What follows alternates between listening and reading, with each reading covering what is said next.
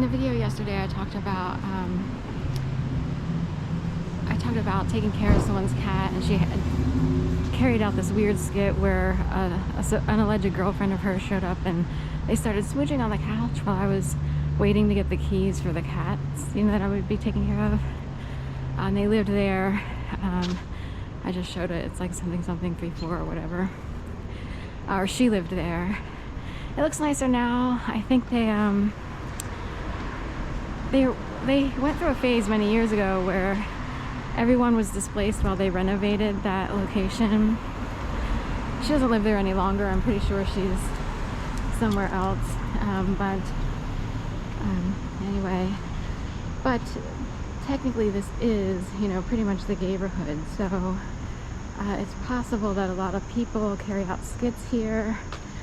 People grew up in orchestrated communities, and sometimes they flock to the neighborhood because they might assume that everyone here kind of knows that world, like a show world. Not to minimize the LGBT community, but it's possible that a lot of orchestrated, showy people who put on skits will show up in this world, begging the question of what's real and what's fake and all that stuff, which if you genuinely are, part of the LGBT community and finding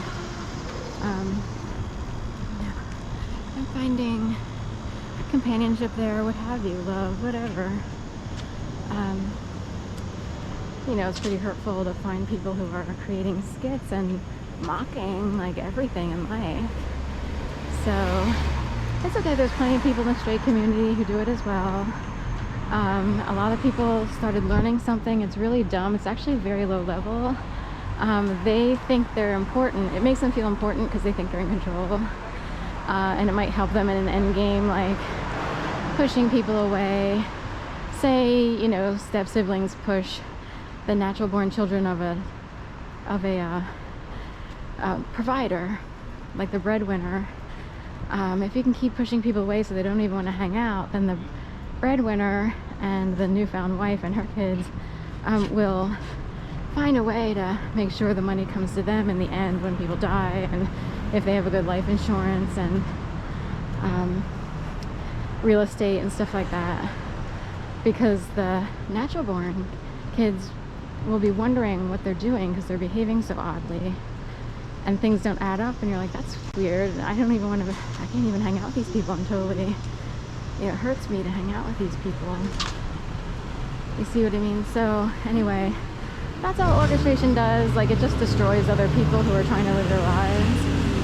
So basically, I see people who orchestrate as terrorists at this point in time, and I have reported them to the CIA, FBI, Attorney General's Office, Homeland Security, and more, FAA, NTSB, as such, because I see them as grassroots terrorism, a new form of terrorism that can cause people to go postal and stuff like that. So it's a lot quieter these days. At least in my case, I was all out, hit, attacked, made to believe I'd be murdered in my apartment, and then this whole city was basically fake, except for me, for 10 years. And I had to put up with a bunch of losers who learned how to orchestrate. It's low level what they learned. It's not high level. They think it's high level because it seems novelty-ish or what have you. It's, just consider a lot of laws have been passed because of orchestrated activity, and they might orchestrate stuff to pass laws. It made me start to wonder, even like the woman, and all of a sudden her name is escaping me, who sat on the back of the bus or wanted to sit at the front of the bus. Was that orchestrated, and did they use her? So she wouldn't necessarily know. She could have been compelled